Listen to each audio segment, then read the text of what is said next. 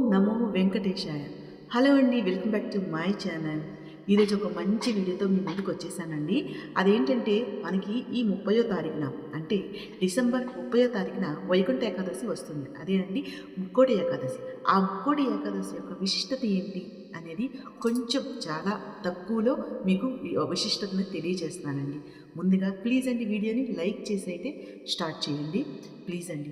అయితే ఇంకొక విషయం అండి, వైకుంఠ ఏకాదశి ఎంత మంచి పర్వదినమో నేను ఇక్కడ వివరిస్తాను. కానీ ఇంకొక విషయం కూడా చెప్పదలుచుకున్నానండి. మీకు వీలైతే అందరూ కూడా తిరుపతే వెళ్ళాలి, అందరూ కూడా పెద్ద పెద్ద దేవాలయాలే దర్శించుకోవాలి అని లేదండి. పిల్లలతో ఎక్కువ ఏజ్డ్ అయిన వాళ్ళు, ఆరోగ్యం బాగులేని వాళ్ళు ఆ రోజు ఇంట్లో ఉండి దండం పెట్టుకోండి. ఈ ఊర్లో దగ్గరలో ఉన్న దేవాలయాలకు వెళ్ళండి. ప్లీజ్ అండి, పిల్లల్ని కానీ తీసుకొని పెద్దవాళ్ళు తీసుకొని ఎక్కువ రష్ ఉంటే మాత్రం దయచేసి వెళ్ళకండి. ఇంట్లోనే చక్కగా దండం పెట్టుకోండి, కుదిరితేనే వెళ్ళండి. ఇప్పుడు వీడియోలోకి వెళ్ళిపోదామండి. అయితే వైకుంఠ ఏకాదశి విశిష్టత అందరికీ తెలిసిందే అండి. ఇంకొకసారి నేను గుర్తు చేస్తున్నా. అసలు వైకుంఠ ఏకాదశి అంటే ఏంటి, ఎందుకు జరుపుకుంటామో ఇప్పుడు చూద్దామండి. అయితే ఆ రోజు స్పెషల్గా వైకుంఠ ద్వారం అని ఒక ద్వారాన్ని తెరుస్తారండి. అయితే వైకుంఠ ద్వారం అంటే ఇది ఒక్క సంవత్సరానికి ఒక్కసారి మాత్రమే సూర్యోదయానికి ముందు ఒక ప్రత్యేకమైన ద్వారం తెరుస్తారు. దాన్ని వైకుంఠ ద్వారం అంటారండి. ఇది సంవత్సరం పొడవునా మూసి ఉంటుంది. అయితే ఈ ద్వారం మనకి తిరుమల వెంకటేశ్వర స్వామి ఆలయంలో ఈ ద్వారాన్ని ఉత్తర ద్వారం లేదా వైకుంఠ ద్వారం అని పిలుస్తారు. అదే మనం శ్రీరంగ రంగనాథ స్వామి టెంపుల్లో దీన్ని పరమపద వాసాలు అని పిలుస్తారండి. ఆలయాలు వేరైనా భక్తుల నమ్మకం ఒక్కటే అండి.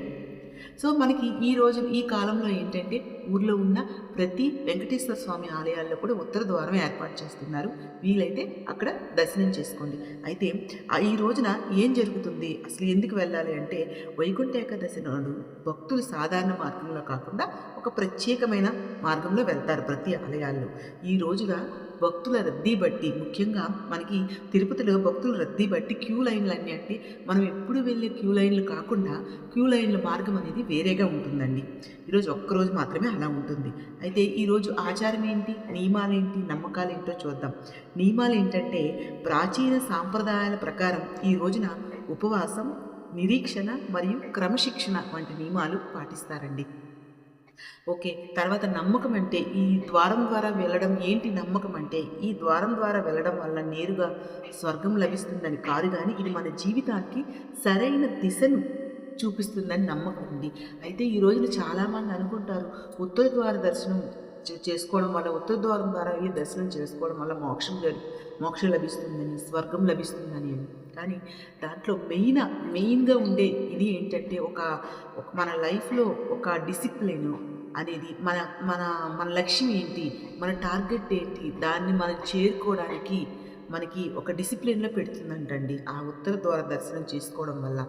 మన మార్గదర్శక అంటాం కదా, అది చూపిస్తుందంటండి. ఇది మెయిన్ నమ్మకం అన్నమాట. అయితే మనకి ఇది కేవలం ఒక వేడుక మాత్రమే కాదండి, చెప్పాను కదా, ఒక రిమైండర్ కూడా. ప్రతి ఏటా మనం ఒక లక్ష్యాన్ని చేరుకోవడానికి ఇది ఒక రిమైండర్ మనం ఆలోచించాలని. కానీ కొంతమంది మూఢనమ్మకంగా స్వర్గం లభిస్తుందని ఎంత క్యూ లైన్లు ఉన్నా వెళ్ళిపోతుంటారండి. అయితే నేను మళ్ళీ చెప్తున్నా, అందరికీ కూడా ఈ ఉత్తర ద్వార దర్శనం ద్వారా స్వామివారి దర్శనం కావాలని కోరుకుంటున్నాను. అలాగే అందరూ కూడా కేర్ తీసుకోండి. పిల్లలున్నా పెద్దవాళ్ళు ఉన్నా కేర్ తీసుకొని స్వామివారి దర్శనానికి వెళ్ళండి. అంతా స్వామివారి చూసుకుంటారు. గోవింద గోవింద, ఏడుకొండలవాడ వెంకటరమణ గోవింద గోవింద.